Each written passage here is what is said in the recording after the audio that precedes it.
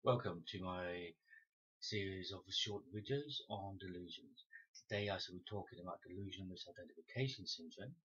Bear with me, this is a complex topic, but I shall try and keep it short.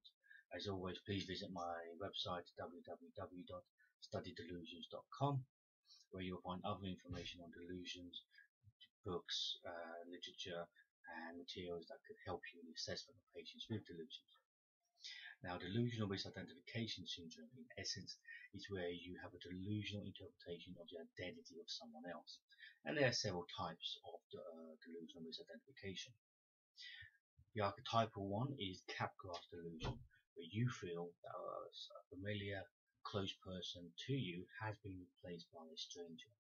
Even though you feel that that person is physically identical to the familiar person, you still feel that they are a stranger. Now, it typically occurs in the visual modality where you will see these people and not recognize them, but it has occurred in the auditory modality.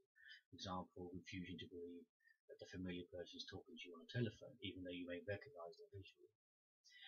Often, the object of the misidentification is a person who's familiar to you, but it has been associated with strangers, animals, and even objects. Now, we have the Fregoli delusion, which is where you feel strangers are actually familiar people. The opposite, as it were, of Capgras delusion. This is a disorder that hasn't really attracted much attention.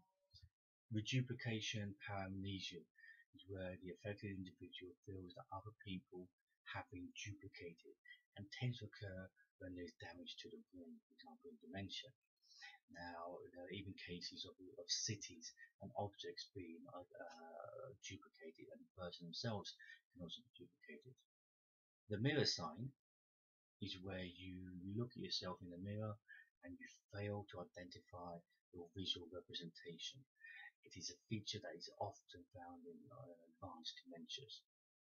Intermetamorphosis syndrome. This is a delusional misidentification where you feel there are psychological and social changes occurring in other people. Now, the original case described a woman who felt her husband and son had been transformed physically and psychologically into other people. The difference from Capgras is that intermetamorphosis does not involve delusions, it's a change in identity. Syndrome of subjective doubles is where you feel that a stranger has been transformed into your physical self, but there has been no psychological change. Clonal pluralization, this is where there are clones of you or other people.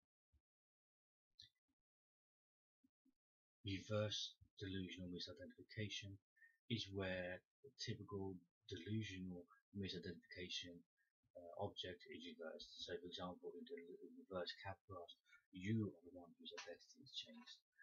In reverse Fregoli, the person believes that their physical appearance is changing, but not their psychological identity.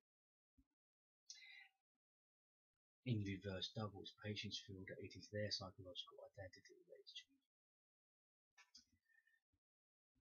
Thank you for listening to this short video on delusional misidentification. As I said, it is a complex topic, and the definitions to some extent overlap and are not as clean cut as the books make out, and they often can present incompletely and often have elements of more than one delusional misidentification syndrome there.